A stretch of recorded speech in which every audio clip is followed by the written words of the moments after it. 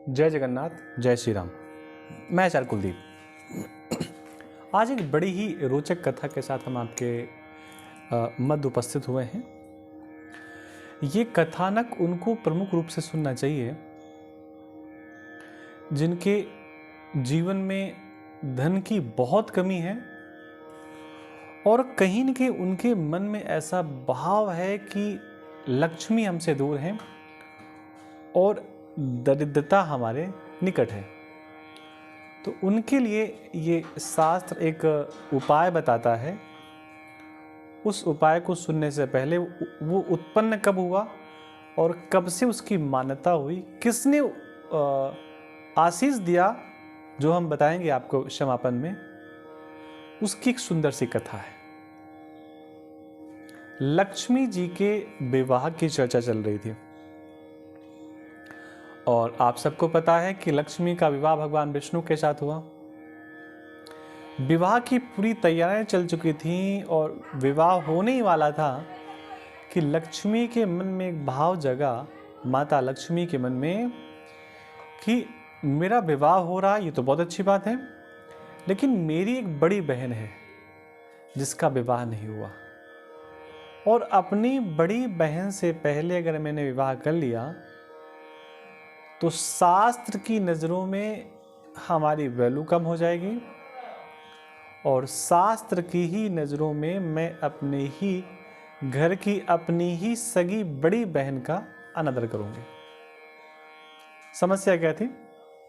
लक्ष्मी जी की एक बड़ी बहन है जिनका नाम दरिद्रा देवी है और इनके साथ विवाह करने के लिए कोई तैयार नहीं हुआ। तो लक्ष्मी जी के मन में आया कि अगर इनका विवाह हो जाए और उसके बाद मेरा विवाह हो तो ऐसा शास्त्र सम्मत भी है और लोक सम्मत भी है। दरिद्रा देवी के विवाह की बात चलने लगी लेकिन कोई विवाह करने के लिए तैयार नहीं हुआ। अंत में एक उद्दालक नाम के महात्मा थे। उन्होंने कहा, मैं दरिद्रा देवी के साथ विवाह करूंगा। संत महात्माओं ने कहा, आप इनके साथ विवाह क्यों करना चाहते हैं? आपको क्या लाभ है? तो उद्दालक महात्मा ने कहा कि दरिद्रा और लक्ष्मी दोनों बहनें हैं। अगर मैंने दरिद्रा के साथ विवाह कर लिया तो नारायण का समधी बनने का सौभाग्य मुझे प्राप्त होगा। देखिए, हर एक कथा के पीछे कोई न कोई एक लाभ होता है। मुझे भगवान विष्णु का समधी बनने का सौभाग्य मिलेगा और इस सौभाग्य को पाने के लिए महर्षि उद्दालक जी ने दरिद्रा देवी के साथ विवाह कर लिया। विवाह के बाद महर्षि उद्दालक अपनी पत्नी को लेकर के अपने आश्रम में आए और पत्नी जैसे ही आश्रम की देहरी से अंदर प्रवेश ही करने वाली थी कि जो दरिद्रा देवी थी उनको हवन की सुगंध सुनाई दी। हवन की सुगंध उनको महसूस हुई। हवन जलता हुआ दिखाई दिया, हवन का धूम दिखाई दिया और कानों से भगवान शिव का अभिषेक हो रहा था। वो अभिषेक के मंत्र सुनाई दिए। घर में और छोटे छोटे जो बालक थे आश्रम में, वो वेद मंत्रों का जप कर रहे थे। राम और कृष्ण के भजनों का गुणगान हो रहा था। उद्दालक ने तो आगे बढ़ गए और पत्नी से कहा कि आप भी आइए। दरिद्रा देवी ने मना कर दिया। स्वामी, वैसे तो पति का अनादर नहीं करना चाहिए उसकी किसी बात का, लेकिन मैं क्षमा चाहती हूँ, मैं घर के अंदर प्रवेश नहीं कर सकती। उद्दालक महात्मा ने कहा, अरे देवी, ये तो आश्रम है, आपका भी आश्रम है और आप आइए, आप बड़े प्रेम से रहिए, और आप आखिर प्रवेश क्यों नहीं कर पा रही?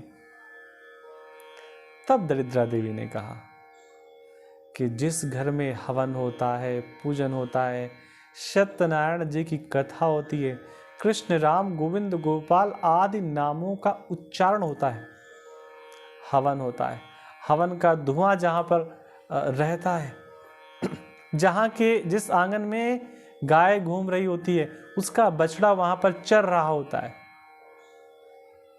जहां पर वेद पाठी ब्राह्मण वेदों का अध्ययन कर रहे होते हैं, जिस घर में नित्य विप्र आते हों, जहां नित्य भगवान की सेवा होती हो, ऐसे घर पे मैं प्रवेश नहीं कर सकती। या तो इन सबको बंद कर दो, और या फिर मुझे कहीं दूसरी जगह रहने को दो। उद्दालक महात्मा बड़े विद्वान थे, ब्रह्मा जी के समान थे। उन्होंने कहा, देवी ये तो हमारा नित्य नैमित्तिक कर्म है, इसे हम बंद नहीं कर सकते। आपको कहीं और अगर जगह दिखाई दे तो निवास स्थान आप वहां रुक लीजिए। जो दरिद्रा देवी थी, उन्होंने अपने पति की बात मानी और आश्रम के ही सामने एक पीपल का पेड़ था, जाकर के उस पीपल के पेड़ में बैठ गई। महात्मा ने भी उनको वहां बैठाल दिया और महात्मा ने कहा, मैं रोज आपसे मिलने आ जाया करूंगा। जिस दिन दरिद्रा देवी पीपल के वृक्ष के नीचे बैठी, वो दिन था रविवार का। महात्मा चले गए, लेकिन आप कल्पना करिए, नई नवेली बहू और घर के बाहर अकेले एकांत में बैठी हो, वो रोएगी नहीं तो क्या करेगी। रविवार बीत गया, देवी रोती रही। सोमवार बीत गया, मंगलवार बीत गया, बुधवार हो गया, गुरुवार भी बीत गया, शुक्रवार भी बीत गया। लक्ष्मी माता को चिंता हुई। देखो, बहनों का प्रेम ऐसा होता है।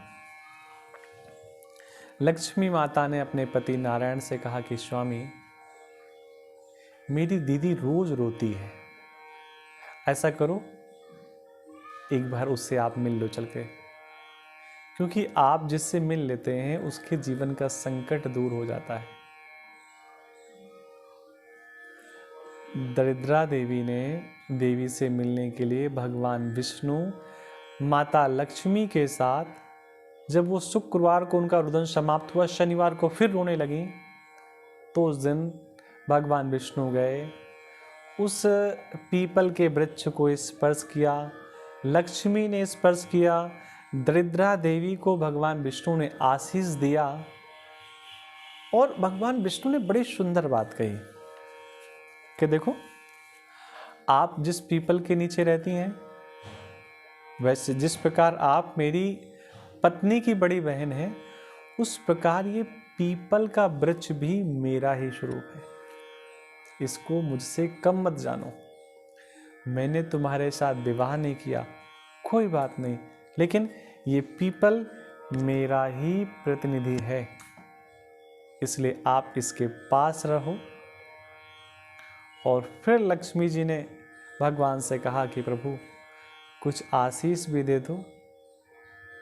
तो भगवान विष्णु ने एक बात कही कि तुम रविवार के दिन इस पीपल के वृक्ष के निकट आई और रोती रही।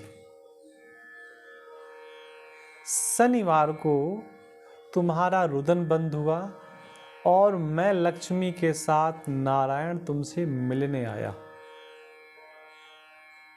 इसलिए मैं आशीष देता हूं कि शनिवार के दिन जो इस पीपल के वृक्ष को स्पर्श करेगा,